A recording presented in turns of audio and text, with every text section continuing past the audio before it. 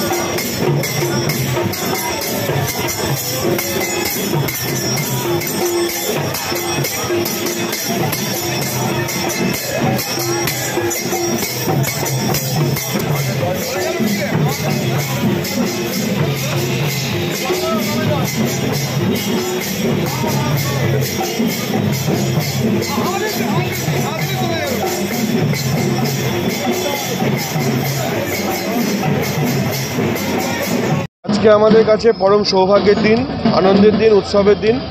দীর্ঘ 500 বছরের প্রতীক্ষার অবসান।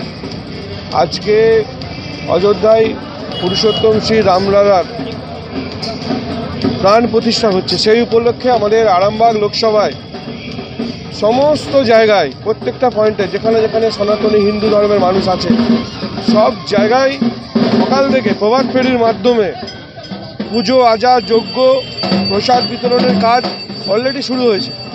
এখানেও আরামবাগ, প্রপার আরামবাগ শহরে আমরা বজরংবলী মন্দির সংলগ্ন এলাকা থেকে আমরা প্রভাত ফেরি শুরু করেছি এবং গোটা আরামবাগে আমাদের কোথাও জায়েন্ট স্ক্রিন আছে বড়, কোথাও এলইডি স্ক্রিন আছে লাইভ দেখানোর জন্য সাধারণ সনাতনী হিন্দু ধর্মের মানুষকে।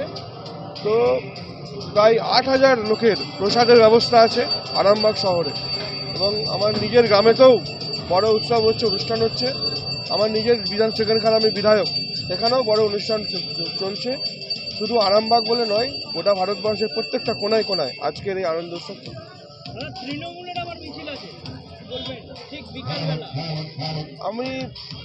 আমি একটা জিনিস বুঝতে পারি না যে এর মধ্যে রাজনীতির আসলে কোথায়। আজকের দিনটা আমাদের সকল হিন্দু ধর্মের মানুষের কাছে একটা খুব ভালো দিন।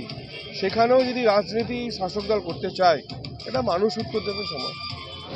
আজকে সারা পৃথিবী জুড়ে সনাতনীরা রামলালার বিগ্রহ প্রতিষ্ঠা উপলক্ষে অযোধ্যা নগরী, সারা ভারতবর্ষ, সারা পৃথিবীর সনাতনীরা আজকে মেতে উঠেছেন উৎসবে, জেগে উঠেছেন হিন্দুত্বের আবেগে। সেই জায়গায় দাঁড়িয়ে আরামবাগ সাংগঠনিক জেলার পক্ষ থেকে 24 নম্বর রুটে যে বজরংবলী মন্দির রয়েছে, সেই বজরংবলী মন্দির থেকে প্রভাত ফেরি শুরু হচ্ছে। আজকে এই প্রভাত ফেরি আরামবাগ নগর পরিক্রমা করবে। সারা আরামবাগ শহর জুড়ে, আরামবাগ বিধানসভা জুড়ে। আমি একটু পরে এখানকার অনুষ্ঠান শেষ করে বেরোবো, সারা আরামবাগ বিধানসভা জুড়েই রামলালার বিগ্রহ প্রতিষ্ঠা উপলক্ষে আজকে ধর্মীয় অনুষ্ঠান সনাতনীরা করছে। আচ্ছা, তৃণমূলেরও মিছিল আছে ঠিক 3টের সময়, আপনাদেরও নেতাজি মোড়ে সভা মানে অনুষ্ঠান হবে, কোনো কিছু ঘটতে পারে? এটা আজকে সম্প্রীতির নামে যে গিমিকটা ওরা করতে চাইছেন, আসলে রাজনৈতিক গিমিক। প্রধানমন্ত্রী যেদিনে গীতা পাঠ করবার জন্য ব্রিগেডে আসবার কথা ছিল, সেই দিনই টেট পরীক্ষা ওরা ঘোষণা করলেন। আসলে আমাদেরকে দমিয়ে দেবার চেষ্টা করা হচ্ছে, রাজনৈতিক কৌশল ছাড়া অন্য কিছু নয়। তবে এরা রামের অনুগামী যারা সনাতনীরা, তারা তাদের সংযতভাবেই তাদের যে ধর্মীয় কার্যক্রম তারা পালন করবেন। তন্ত্র মন্ত্র করে দেখি তার ভিতরে তুমি না। তন্ত্রমন্ত্রে আমরা বিশ্বাসী নই, মানব প্রেমে বিশ্বাসী।